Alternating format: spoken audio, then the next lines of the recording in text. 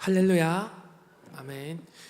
이 시간 가운데 함께 나오신 모든 식구님들 가운데 주님의 은혜와 평강이 늘 함께 하시기를 소망합니다. 아멘. 우리 양옆에 주위 사람들과 함께 인사했으면 좋겠습니다. 주님께서 당신과 함께 하십니다. 반갑습니다. 네, 우리 한번 앞뒤 사람과도 함께 인사했으면 좋겠습니다. 주님께서 당신과 함께 하십니다. 아멘. 이 시간 가운데도 우리 가운데 함께 하신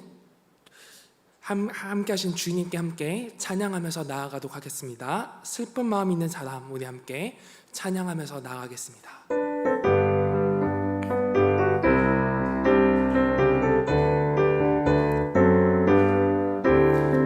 슬픈 마음 있는 사람, 예수 믿으며 영원토록 변함없는 기쁜 마음 얻으리. 예수의 이름은 세상의 소망이요, 예수의 이름은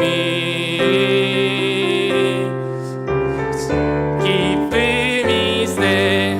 거룩하신 주의 이름 너의 방패 삼아라. 환난 시험 당할 때에 주께 기도드려라.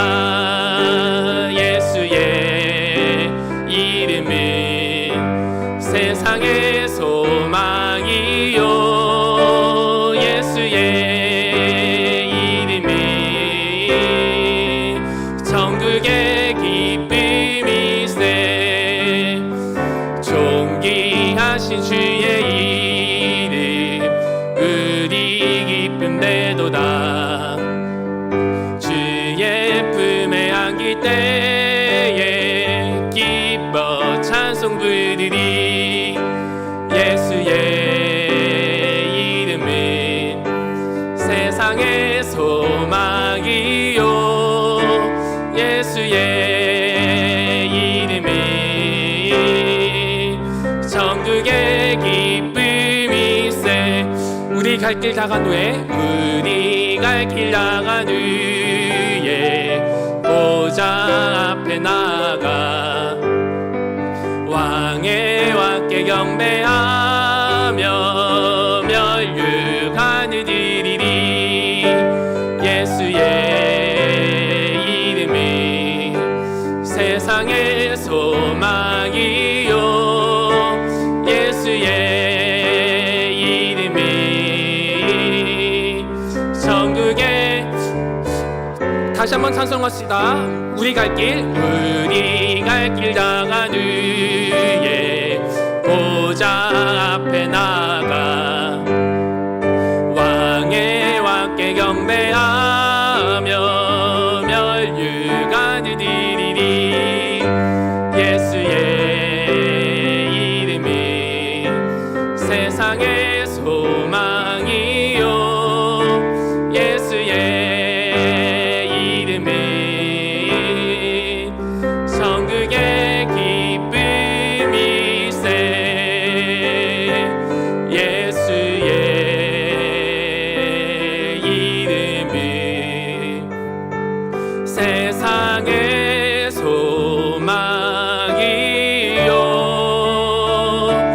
예수의 이름은 천국의 예수의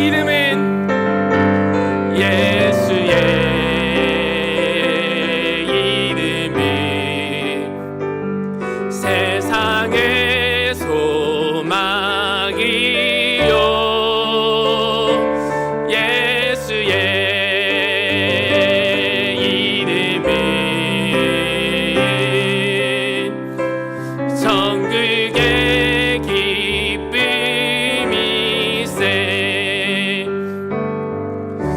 보혈이시나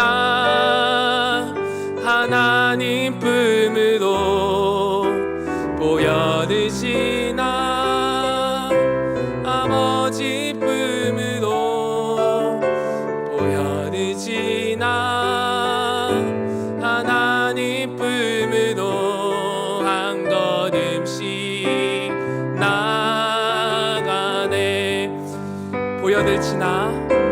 보혈을 지나 하나님 품으로 보혈을 지나 아버지 품으로 보혈을 지나 하나님 품으로 한 걸음씩 나가네. 존귀한 주 보혈이 내 영을 새롭게 하시네. 존귀한 주 보혈이 내 영을 새롭게 하네. 존귀한 주 보혈이 주 보혈이 내 영을 새롭게 하시네. 존귀한 주 보혈이 내 영을 새롭게 하네. 보혈을 지나 하나님 품으로 보혈을 지나 아버지 품으로 보혈을 지나 하나님 품으로 한 걸음씩 나가네. 보혈을 지나 하나님 품으로 보혈을 지나 아버지 품으로 보혈을 지나 아버지 품으로 한 걸음씩 나가네. 존귀한 주 보혈이 내 영을 새롭게 하시네. 존귀한 주 보혈이 내 영을 새롭게 하네. 존귀한 주 보혈이 내 영을 새롭게 하시네.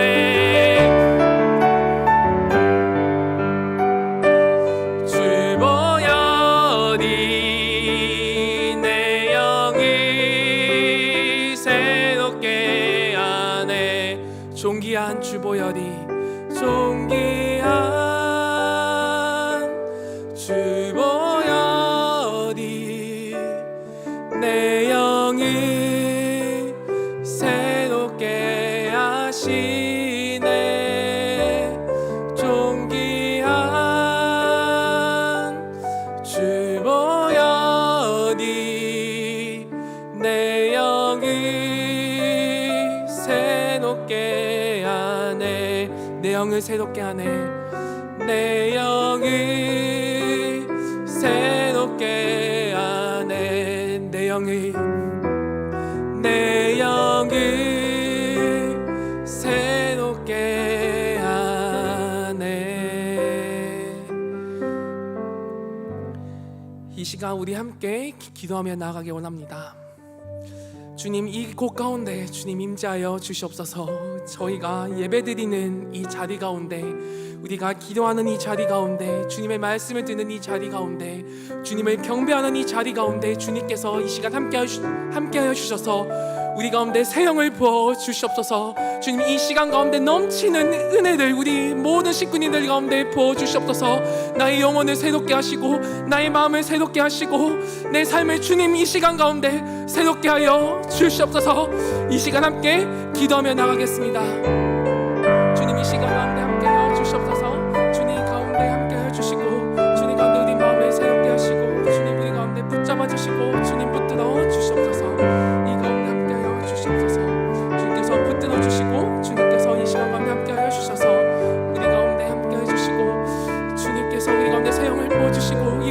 기름 부어주셔서 우리 마음을 늘 새롭게 하여 주시옵소서. 주님의 말씀 가운데 순종하는 그 마음들 주시고, 주님을 사랑하는 그 마음들 주시고, 주님을 예배하는 그 마음들 주시고, 주 앞에 기도하는 그 마음들 주셔서 이 시간에 정말 주님을 경험하며 주님의 은혜를 경험하는 그 귀한 시간 되게 하여 주시옵소서. 그 가운데 주님께서 붙들어 주시고 주님 함께하여 주시옵소서.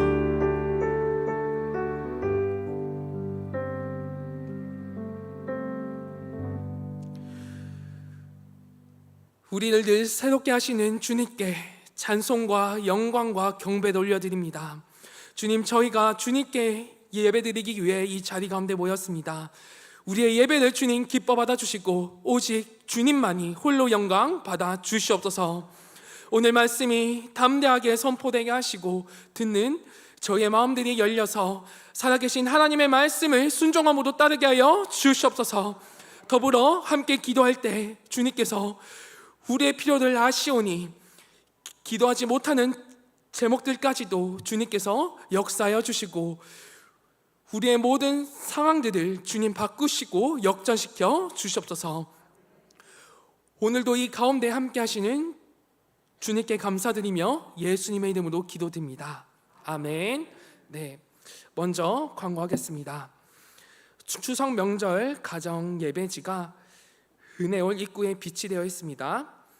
필요하신 분들은 나가실 때 가져가셔서 함께 예배하시기 바랍니다. 이번 주일 기간이 원래에는 추석 연휴 관계로 모이지 않습니다. 모레 금요일 새벽 기도회는 모입니다. 오전 예배와 저녁 기도회는 모이지 않습니다. 함께 참고하시기 바랍니다. 9월 성경 암송 구절 우리 함께 하도록 하겠습니다. 시작. 창세기 12장 3절 말씀. 너를 축복하는 자에게는 내가 복을 내리고 너를 저주하는 자에게는 내가 저주하리니 땅의 모든 족속이 너로 말미암아 복을 얻을 것이라 하신지라. 창세기 12장 3절 말씀. 아멘. 네, 감사합니다. 오늘 우리에게 주신 하나님의 말씀은 요한복음 8장 1절에서 11절 말씀입니다. 요한복음 8장 1절에서 11절 말씀입니다. 신약성경 157페이지에 있습니다. 요한복음 8장 1절부터 11절 말씀 우리 함께 화면을 보시고 또 성경책을 보시고 한 목소리로 읽도록 하겠습니다. 시작. 예수는 감난산으로 가시니라. 아침에 다시 성전으로 들어오시니 백성이 다 나아오는지라. 앉으사 그들을 가르치시더니 서기관들과 바리새인들이 음행 중에 잡힌 여자를 끌고 와서 가운데 세우고 예수께 말하여 선생이여 이 여자가 간음하다가 현장에서 잡혔나이다. 모세는 율법에 이러한 여자를 돌로 치라 명하였거니와 선생은 어떻게 말하겠나이까. 그들이 이렇게 말함은 고발할 조건을 얻고자 하여 예수를 시험함이더라. 예수께서 몸을 굽히사 손가락으로 땅에 쓰시니 그들이 묻기를 마지 아니하는지라. 이에 일어나 이르시되 너희 중에 죄 없는 자가 먼저 돌로 치라 하고 다시 몸을 굽혀 손가락으로 땅에 쓰시니 그들이 이 말씀을 듣고 양심의 가책을 느껴 어른으로 시작하여 젊은이까지 하나씩 나가고 오직 예수와 그 가운데 섰는 여자만 남았더라. 예수께서 일어나사 여자 외에 아무도 없는 것을 보시고 이르시되 여자여 너를 고발하던 그들이 어디 있느냐. 너를 정죄한 자가 없느냐. 대답하되 주여 없나이다. 예수께서 이르시되 나도 너를 정죄하지 아니하노니 가서 다시는 죄를 범하지 말라 하시니라. 아멘. 아멘. 오늘은 예수님께서 주시는 자유라는 제목으로 함께 말씀을 나누고자 합니다. 저는 대학교를 다닐 때 믿음의 동역자들과 함께 큐티를 하곤 했습니다. 보통 수업이 오전 9시 10분부터 시작되는데 큐티를 하기 위해 오전 8시까지 학교에서 모여서 학교 카페에서 함께 말씀을 묵상하고는 했습니다. 그때는 신학을 배웠던 것도 아니어서 말씀에 대해서 궁금한 것도 굉장히 많았습니다. 어느 날 오늘 본문인 요한복음 8장 1절부터 11절 말씀을 함께 묵상하게 되었습니다. 6명이서 함께 묵상을 하는데 굉장히 은혜가 되었습니다. 우리가 함께 말씀을 나누면서 은혜를 받고 있는데 어떤 친구가 함께 질문을 하는 겁니다. 예수님이 무언가를 쓰고 말을 하시고 또 무언가를 쓰시고 말을 하시는데 예수님께서 쓰신 그 무언가가 도대체 뭘까? 이 질문이 나오자 우리 모두가 서로를 바라보기 시작하고 아무도 답을 모른다는 표정을 지었습니다. 그래서 함께 큐티하던 친구들이 며칠을 고민하고 찾아보고 했는데 결국에 답은 없었습니다. 결국 이런 결론을 내렸습니다. 우리 나중에 천국 가면 예수님을 붙잡고 함께 물어보자. 예수님 도대체 뭘 쓰신 거예요? 이렇게 우리가 말하곤 했습니다. 오늘 설교에서 제가 나누고자 하는 것은 이 며칠을 고민하고 찾았던 예수님의 쓰신 것이 도대체 무엇인가, 그것이 왜 중요한가, 무엇을 의미하는 것인가 라는 것이 아닙니다. 결론부터 말하자면 오늘 본문은 예수님이 쓰신 것에 대해서 말하는 것이 아니라 예수님이 어떤 분이신지 대해서 잘 말해주는 본문입니다.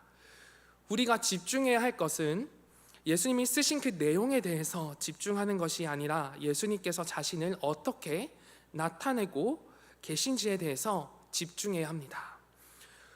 오늘은 이 본문이 예수님을 어떤 분이라고 말하고 우리에게 어떤 의미를 주는지에 대해서 함께 자세하게 나누기를 원합니다. 오늘 본문은 예수님께서 감람산으로 가시고 아침에 성전으로 다시 오셔서 예수님 앞에 나온 백성들을 가르치시는 장면으로 시작하고 있습니다. 예수님께서는 백성들을 가르치셨고 가르치신 내용이 무엇인지는 본문에서 말하고 있지는 않습니다. 다만 오늘 본문에서는 예수님께서 성전에 있는 모든 백성들을 가르치신 행동에 대해서 주목하고 있습니다. 예수님께서 백성들을 가르치고 계실 그때 세 부류의 사람이 등장합니다. 서기관들, 바리새인들, 음행 중에 잡힌 그 여인, 이 세 부류의 사람이 등장합니다. 바리새인과 서기관들은 음행 중에 잡힌 여자를 끌고 와서 예수님께 묻고 있습니다. 선생이여, 이 여자가 간음하다가 현장에서 잡혔나이다. 이 여자가 어떤 음행을 하다가 잡혔는지는 정확하게 본문에서 말하고 있지는 않지만 현장에서 잡혔다는 겁니다. 우리는 여기서 그 음행 중에 잡힌 여자들 데려온 사람들을 집중할 필요가 있습니다. 바리새인들과 서기관들이었습니다. 먼저 바리새인들은 어떤 사람들이었습니까? 그 당시 종교 권력을 가지고 있던 사람들이었고 예수님에 대해서 적대적으로 생각했던 사람들이었습니다. 예수님을 죽이려고 했고 틈만 나면 예수님을 공격하려고 했던 그 무리가 바로 바리새인들이었습니다. 서기관들은 또 어떤 사람들이었을까요? 오늘 본문에서 말하는 서기관들은 유대교에서 숙련되고 중요한 직업을 가진 사람들이었습니다. 이들은 율법학자, 윤리학자, 신학자, 교리 문답 교수자, 법학자 등의 역할을 겸하여 맡았던 사람들이었습니다. 그들 또한 바리새인들과 마찬가지로 종교 권력을 가지고 있던 사람들이었고 예수님에 대해서 적대적으로 생각하고 있었던 사람들이었습니다. 오늘 본문에서 서기관들이 있다는 것은 중요한 의미를 가집니다. 바로 서기관들이 이 자리에 있음으로 인해서 본문을 통해 벌어질 이 법적 절차가 공식적인 것이 되는 겁니다.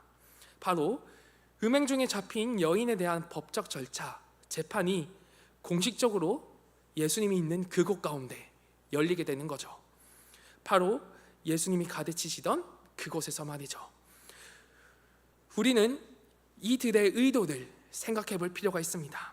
서기관들과 바리새인들은 음행 중에 잡힌 그 여인을 심판하기 위해서 정말 예수님께 조언을 구하기 위해서 나와왔을까요? 이 바리새인과 서기관들이 진짜 재판받기 원했던 사람들은 음행 중에 잡힌 그 여인이 아니라 예수님이었습니다. 자신들이 권력을 누리는 것에 있어서 방해되는 그 존재, 자신의 마음을 항상 불편하게 하는 존재, 예수님을 제거하고 싶었습니다. 이는 6절에서 잘 나와 있습니다. 예수를 시험함이로라. 예수님이 어떤 판결을 내리시던지 바리새인과 서기관들은 예수님을 공격했을 것입니다. 결국 그들은 음행받은 그 여인을 재판하는 것이 아니라 재판관으로 세워놓은 예수님을 재판하고 있는 겁니다. 이런 의도를 가지고 있는 그들이 지금 예수님 앞에 묻고 있는 것입니다. 모세는 율법에 이러한 여자들 돌로 치라 명하였거니와 선생은 어떻게 말하겠나이까. 이들은 이 여자를 이러한 여자로 표현하고 있습니다. 매우 경멸적인 표현입니다. 이 표현을 통해서 이 여인을 악명 높은 집단, 가늠하는 자들의 대표로 규정하고 있습니다. 바리새인과 서기관들은 답을 정해놓고 묻고 있습니다. 그들의 답, 그들이 바라는 결과는 여자의 죽음이었습니다. 이스라엘에게 있어서 너무나 존경하는 그 선지자, 권위가 있는 선지자, 그 모세가 음행한 여자를 돌로 쳐서 죽이라고 했는데 예수님 당신은 어떤 판결을 내리겠습니까? 이미 원하는 답이 나와 있다는 겁니다. 우리는 5절을 볼 때 생각해 볼 것이 있습니다. 모세의 율법은 정말 돌로 쳐서 죽이라고 말하고 있는가? 서기관들과 바리새인들이 하는 말은 오류가 없는가? 그들의 근거 구절은 레위기 20장 10절과 신명기 22장 23절에서 24절의 말씀입니다. 이 말씀들을 차례대로 함께 살펴보기를 원합니다. 먼저 레위기 20장 10절의 말씀을 우리 함께 한 목소리로 읽도록 하겠습니다. 시작. 누구든지 남의 아내와 간음하는 자, 곧 그의 이웃의 아내와 간음하는 자는 그 간부와 음부를 반드시 죽일지니라. 아멘. 다음으로 신명기 22장 23절에서 24절의 말씀을 한 목소리로 읽도록 하겠습니다. 시작.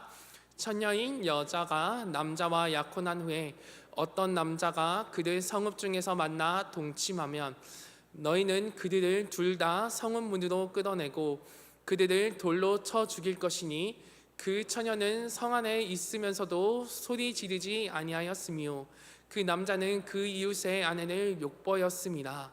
너는 이같이 하여 너희 가운데에서 악을 제할지니라. 아멘. 이 두 구절을 통해서 서기관들과 바리새인들의 주장에는 오류가 있다는 것을 알 수 있습니다. 두 구절 모두 말하는 것은 남자와 여자 모두 처벌할 것을 말하고 있습니다. 두 구절 어디에도 여자만 처벌하라는 그 내용이 없다는 겁니다. 여자만 잘못했고 여자만 처벌받아야 한다고 말하지 않다는 거죠.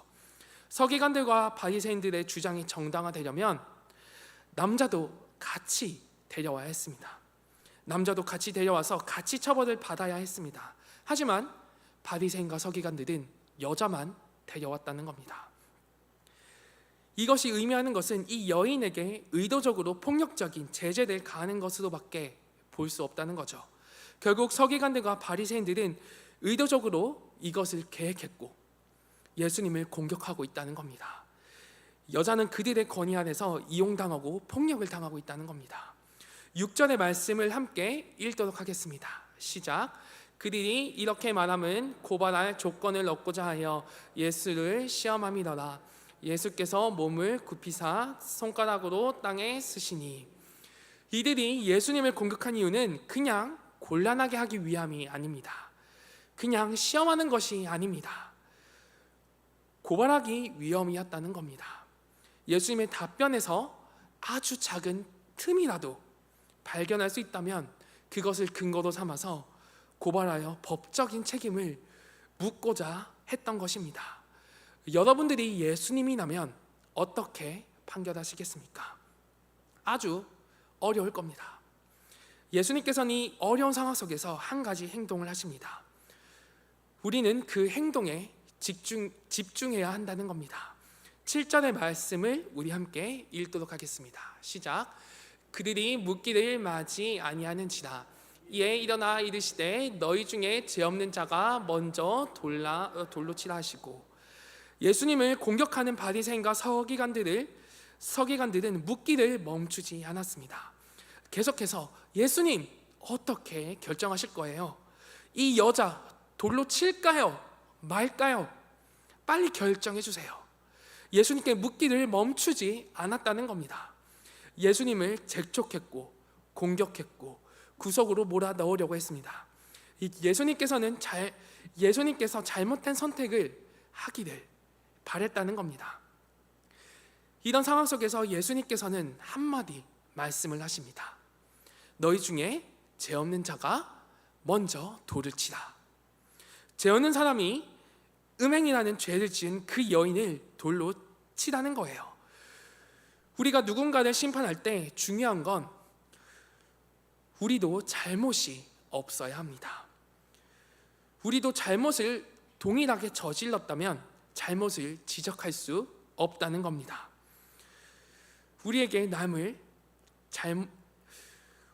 죄가 있다면 남의 잘못을 지적할 그 자격이 없다는 거죠. 죄를 지은 사람을 판결하고 정죄하고 심판하는 것이 정당하지 않다는 겁니다. 아예 자격조차 없다고 말씀하십니다. 여기에는 바리새인과 서기관들만 모인 것이 아닙니다.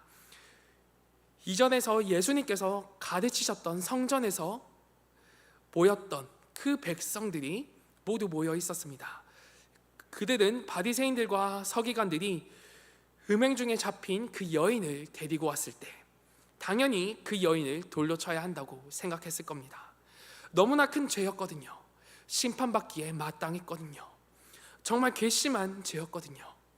중요한 건 그들에게도 그 여인을 심판할 자격이 없다는 겁니다.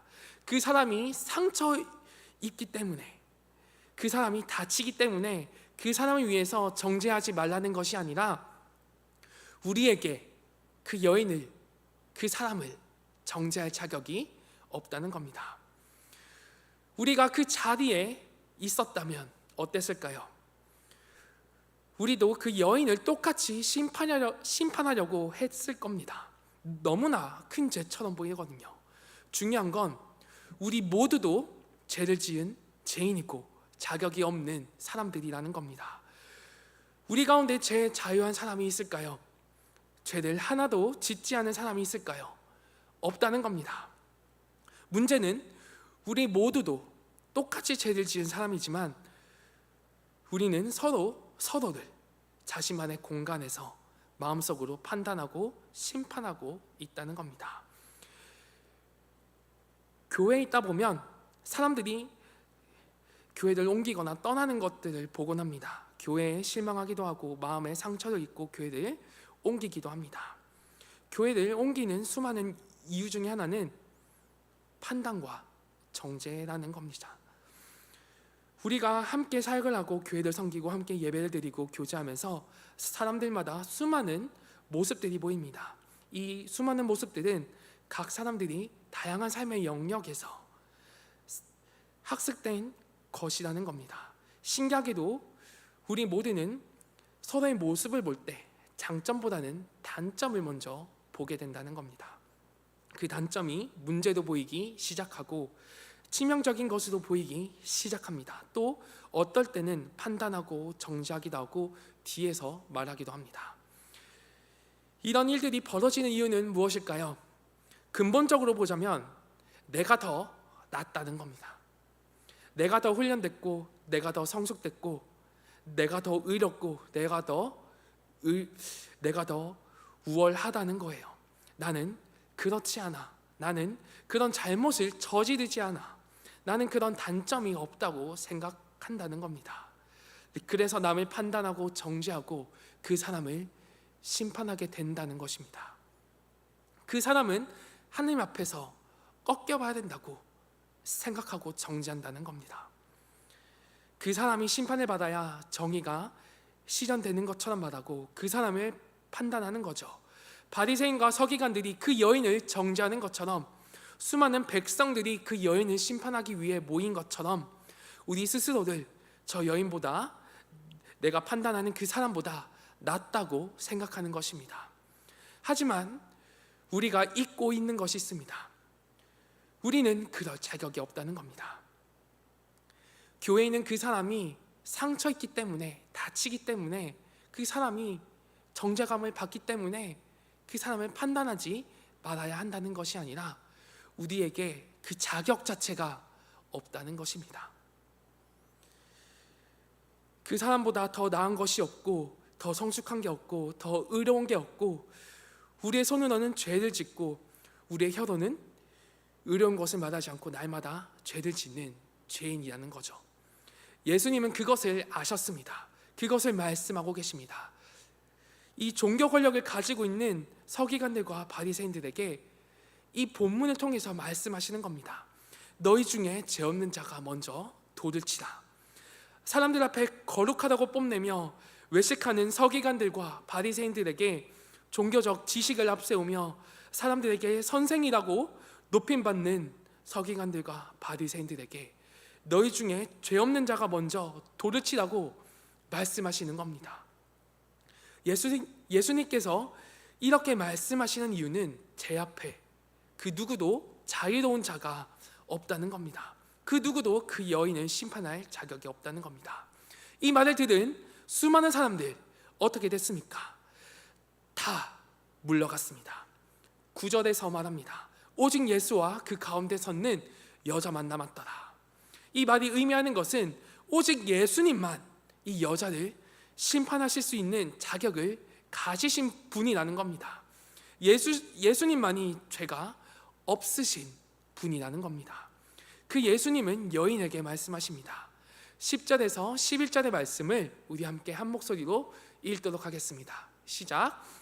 예수께서 일어나사 없는 것을 보시고 이르시되 여자여 너를 고발하던 그들이 어디 있느냐? 너를 정죄한 자가 어디 있느냐? 대답하되 주여 없나이다. 예수께서 이르시되 나도 너를 정죄하지 아니하노니 가서 다시는 죄를 범하지 말라 하시니라. 아멘. 예수님께서는 이 여자를 정죄하지 않으신다고 말씀하고 계십니다. 이 세상에서 유일하게 이 여인을 심판할 수 있는 그 사람, 그분, 그 예수님께서 나는 너를 정죄하지 않는다 라고 말씀하시면서 이 여자를 자유롭게 하시는 겁니다. 여기서 중요한 것은 여자가 자유롭게 되는 것에는 조건이 있었다는 겁니다. 예수님께서는 그 조건을 말씀하시면서 여자를 자유롭게 하셨습니다. 가서 다시는 죄를 범하지 말라. 다시는 죄를 범하지 말라는 거예요. 너는 자유롭게 되었으니까 이제 자유를 느껴 라고 말하지 않으신다는 겁니다. 이제 죄에서 자유케 된 여자가 해야 할 것은 적절하게 살아야 했고 죄를 짓지 않기 위해 노력해야 한다는 것입니다. 우리는 죄를 용서받을 때 어떻게 해야 합니까? 예수님께서 나의 죄를 용서하셨으니까 회개하면 되지. 우리는 죄인이니까 죄를 지을 수밖에 없어. 죄를 짓는 건 당연한 거야. 이렇게 살면 안 된다는 거예요. 예수님께서 말씀하시는 것처럼 다시는 죄를 범하지 않도록 노력해야 하고 죄와 싸우는 것이 필요하다는 겁니다. 물론 우리의 정체성은 죄인입니다. 날마다 죄를 짓는 죄인입니다. 하지만 죄와 싸워야 한다는 겁니다. 수많은 유혹 앞에서, 수많은 시험 앞에서 죄를 짓지 않으려고 노력해야 합니다. 날마다 하나님의 백성으로서, 하나님의 자녀로서 그 말씀으로 살아가기 위해서 처절하게 노력해야 한다는 거죠. 하나님께서 우리를 자유케 하시고 구원하신 그 은혜를 기억하면서 날마다 하나님의 백성으로 살아가기 위해 노력해야 한다는 것을 예수님께서 말씀하시는 겁니다. 이것이 바로 우리가 살아가야 할 삶의 모습이라는 겁니다. 우리는 예수님으로 말미암아 하나님의 백성이 되었습니다. 골로새서 1장 13절에서 14절의 말씀을 우리 함께 한 목소리로 읽도록 하겠습니다. 시작. 그가 우리를 흑암의 권세에서 건져내사 그의 사랑의 아들의 나라로 옮기셨으니 그 아들 안에서 우리가 속량 곧 제3을 얻었도다. 아멘. 하나님께서는 우리를 하나님의 백성으로 삼아주셨습니다. 하나님의 나라로 옮겨주셨습니다. 이전에 죄에 묶여있고 사망의 권세 아래에 있었지만 예수님으로 말미암아 자유케 되었다는 겁니다. 앞으로 계속 그 자유를 느끼고 하나님의 백성답게 살라는 그 명령이 다시는 죄를 짓지 말라라는 것입니다. 정말 은혜로운 명령이라는 거죠. 이제 너희는 하나님의 백성이 되었고 하나님의 자녀가 되었으니 사망의 자녀로 살지 말고 하나님의 자녀로 살아가라는 것입니다. 여러분들은 그 은혜를 경험하고 계십니까? 나를 살리신 그 은혜를 경험하고 계십니까? 우리가 그 은혜를 날마다 경험하고 하나님의 백성으로 하나님의 자녀로서 합당하게 살아가기를 원합니다. 제가 우리를 지배하려고 할 때, 어둠이 우리를 덮으려고 할 때, 사망의 권세가 우리를 다시 유혹하려고 할 때 우리는 당당히 말하는 겁니다. 나는 예수 그리스도로 말미암아 하나님의 백성으로 살 것입니다. 나는 예수 그리스도로 말미암아 하나님의 자녀로 살 것입니다. 이 믿음의 고백을 날마다 함께 하기를 소망합니다. 우리를 자유케 하시고 우리를 구원하신 그 복음을 날마다 경험하고 복음으로 살아가시는 모든 사상교회 식구님들 되시길 소망합니다. 아멘. 우리 함께 6월절 어린 양의 피로 함께 찬양하시면서 나아가도록 하겠습니다.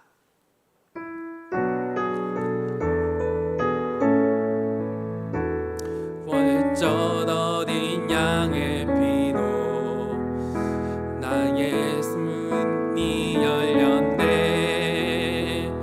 저 어둠의 권세는 이미 없네. 그 모혈의 능력으로 원수가 날 정죄할 때에도 난 의롭게 설 수 있네. 난 더 이상 정죄함 없네. 난 주 보혈 안에 있네. 난 주 보혈 안에 있네. 그 피로 내 제사했네. 하나님의 긍휼 날 거듭게 하시었네. 난 주 보혈 안에 있네. 난 원수의 어떠한 공격에도 더 이상 넘어지지 않네. 난 주 보혈 안에 있네. 6월절 어린 양의 피로 나의 삶의 문이 열렸네. 저 어둠의 권세는 힘이 없네. 주 보혈의 능력으로 원수가 날 정죄할 때에도 난 의롭게 설 수 있네. 난 더 이상 정죄함 없네. 난 주 보혈 안에 있네. 난 주 보혈 안에 있네. 그 피로 내 제사했네. 하나님의 긍휼 날 거듭게 하시었네. 난 주 보혈 안에 있네. 난 원수의 어떠한 공격에도 더 이상 넘어지지 않네. 난 주 보혈 안에 있네. 난 주 보혈 난 주 안에 있네. 그 피로 내 제사했네.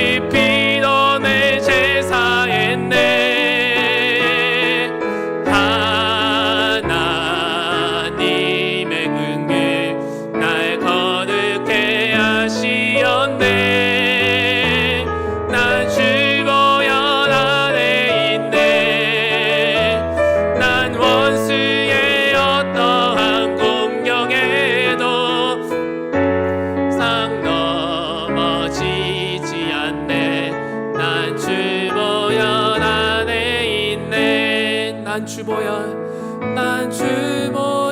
안에 있네. 그 피로 내 제사했네. 하나님의 긍휼 날 거듭해 하시었네. 난 주보혈 안에 있네. 난 원수의 어떠한 공격에도 더 이상 넘어지지 않네. 난 주보혈 안에 있네. 이 시간 우리 함께 기도하며 나가길 원합니다. 먼저 기도하실 때 오늘 말씀을 기억하며 함께 기도하길 원합니다. 오늘 말씀에는 예수님께서 행음 중에 잡힌 그 여인을 자유케 하십니다. 예수님께서 선포하신 그 자유는 그 여인에게만 해당하는 것이 아닙니다. 예수님께서는 우리에게도 그 자유를 선포하고 계십니다. 우리는 예수 그리스도로 말미암아 자유를 얻었습니다. 우리가 이제는 우리에게 자유를 주신 예수님만을 붙잡기를 소망합니다. 하나님의 백성으로서 하나님의 백성답게 살아가기를 소망합니다. 제 가운데 넘어지고 제 가운데 틈을 내어주는 것이 아니라 예수 그리스도로 말미암아 승리하기를 원합니다. 거룩한 하나님의 백성으로서 학교 속에서, 직장 속에서, 가정 속에서, 삶의 모든 곳에서 살아가기를 원합니다. 주님, 우리의 삶을 인도하시고 우리가 오직 주님만을 붙잡으며 거룩한 하나님의 백성으로서 살아가게 하여 주시옵소서. 과거의 모습을 벗어버리고 이제 복음 안에서 새 삶을 살아가게 하여 주시옵소서. 함께 기도하며 나가겠습니다. 주님, 함께 기도합니다. 주님의 시간 가운데 함께 기도하오니 우리 가운데 정말 주님만을 붙잡으며 살아가게 하여 주십시오. 하나님의 백성으로서 살아가게 하여 주십시오. 주님 붙잡으며 살아가게 하시고 정말 백성으로서 하나님께서 주신 그 자유를 누리고 하나님의 자녀로서 하나님의 자녀된 그 삶들을 누리게 하여 주시옵소서. 정말 죄 가운데 그 죄를 사랑하며 죄 가운데 죄를 사랑하며 사는 것이 아니라 정말 세상의 사람들과 똑같이 살아가는 것이 아니라 정말 주님의 백성으로서 살아가는 우리 모두가 되게 하여 주시옵소서.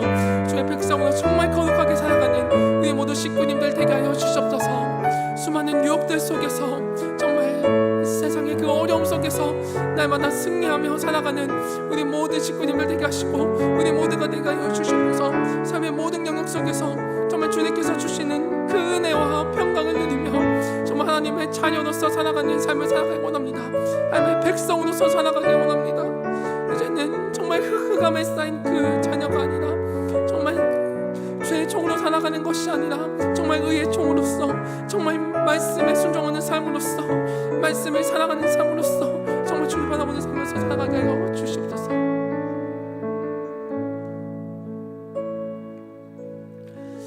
우리 다음으로 기도하실 때 9월 25일에 있는 VIP 초청주의를 위해 함께 기도하기 원합니다.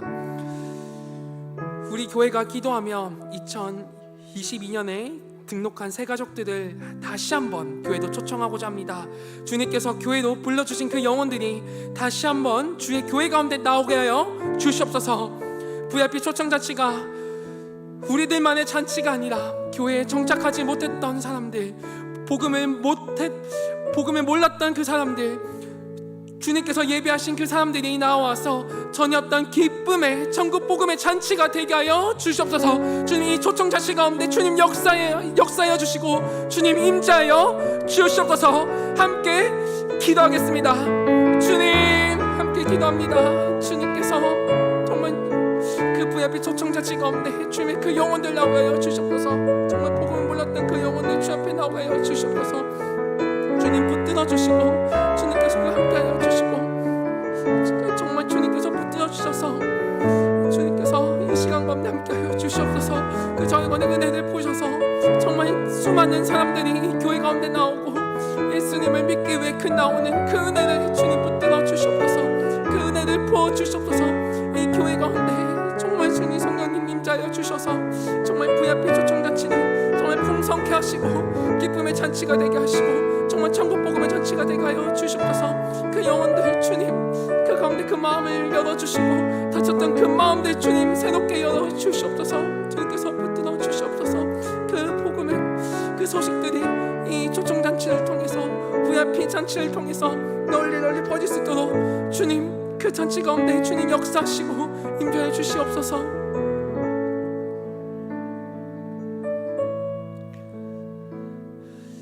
마지막으로 기도하실 때 비정한 건축을 위해서 기도하기 원합니다. 주님, 우리 교회가 마음을 모아 비정한 건축을 준비하고 있습니다.